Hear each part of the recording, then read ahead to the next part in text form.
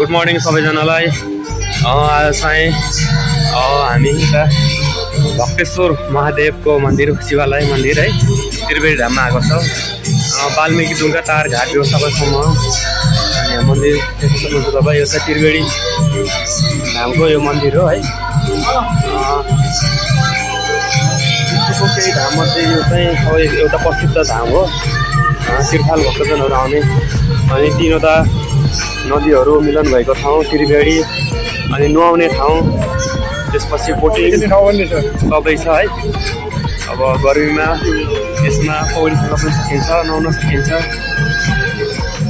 अनि यता नाच्नको लागि पनि व्यवस्था छ, फेरि भजनहरू गाएर नाच्ने व्यवस्था पनि छ।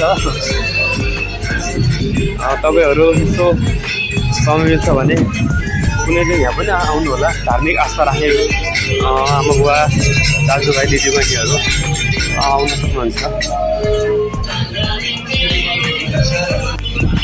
यो चाहिँ त्रिवेणी है, त्रिवेणी नदी हो। यसको छेउमा चाहिँ अब के अरे मन्दिर छ, शिवको मन्दिर, शिवालय मन्दिर छ र शिवको मूर्ति। यो चाहिँ नारायणी, त्यसपछि गण्डकी र सेती तीनवटा नदी मिसिएर बनेको त्रिवेणी नदी है यो चाहिँ। गाइज हामी चाहिँ त्रिवेणी आएको है। त्रिवेणीबाट फर्किने क्रममा चाहिँ यो मगरसङ्घ, नेपाल मगरसङ्घ विनय त्रिवेणी 6 र 7ले बनाएको है। यो चाहिँ खुर्पेतो, अनि यो चाहिँ अब खरले छाएको घर पुरानो है। यो हाम्रो पुराना गाउँघरतिर पहिलेको प्रचलित घरहरू हो। अब अहिले त आधुनिक जमाना आइसक्यो है, सबै बिल्डिङहरू मात्र भेटिन्छन्। गाउँतिर त भेटिन्छ अझै पनि, तर पनि यो खरको छानोको घर चाहिँ आजभोलि अब बिस्तारै लोप हुँदैछ। त्यही भएर यसलाई चाहिँ हामीले संरक्षण गर्नुपर्छ। केही योहरू ऐतिहासिक चिजहरूलाई पनि यस्तो थियो रे है भनेर होइन, यो जगेर्ना गर्नुपर्छ। अनि नेपालको झन्डा, त्यसपछि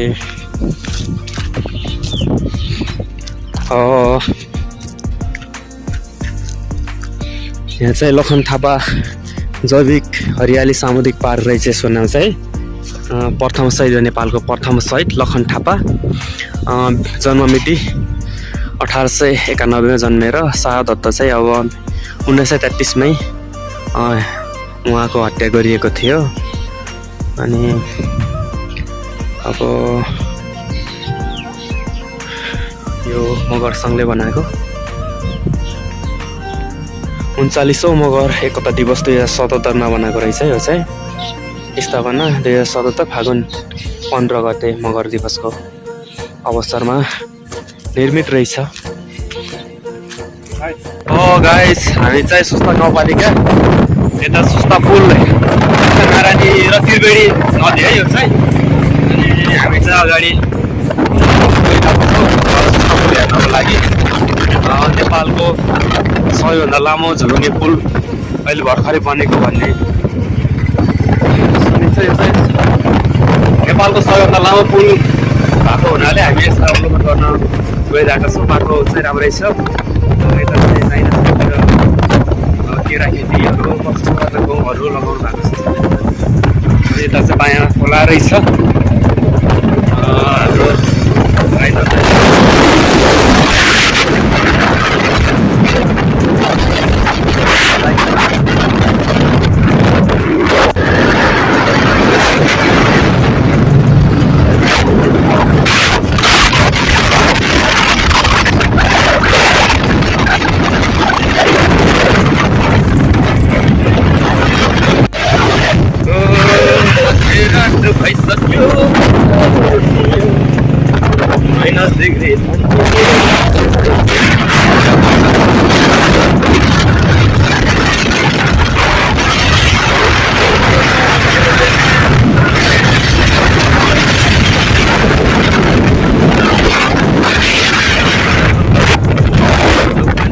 बुलेट बाइकमा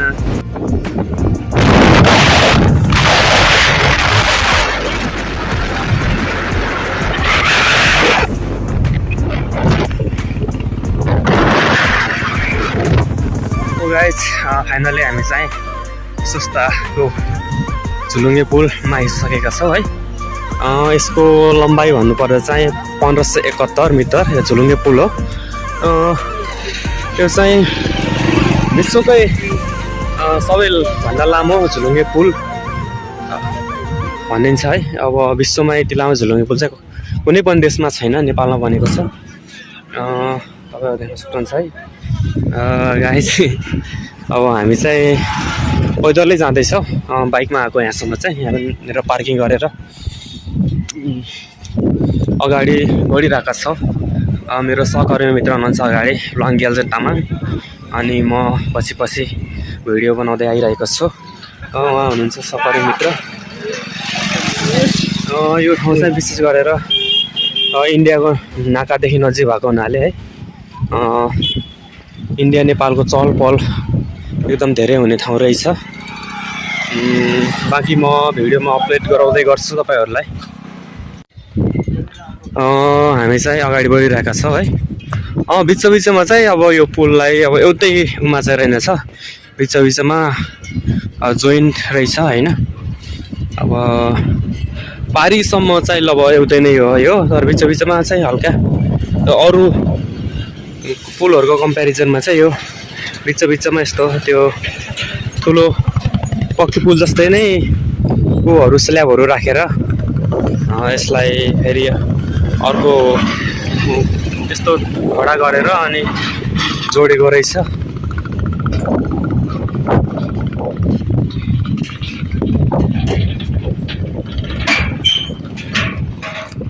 गर्मी समय छ है, हाम्रो समय। अब यतापट्टि नै आँखाले नभ्याउने छ है। अगाडि आँखाले हेरेरै भ्याउँदैन, कति लामो छ है। अनि यो चाहिँ पुरै खोला भइसक्यो, अनि यो अगाडि पनि उत्तिकै लामो छ फेरि। भनेपछि अब तपाईँहरू आफै गेस गर्नु होइन यो पुल कति लामो होला भनेर। अब वास्तवमा चाहिँ यो साँच्चीकै लामो छ, 1571 मिटर, 1.5 किलोमिटर होइन।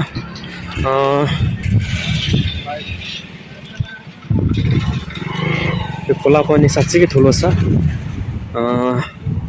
अब मोबाइल पनि रिस्की छ, फेरि भिडियो खिच्न पनि रिस्की छ।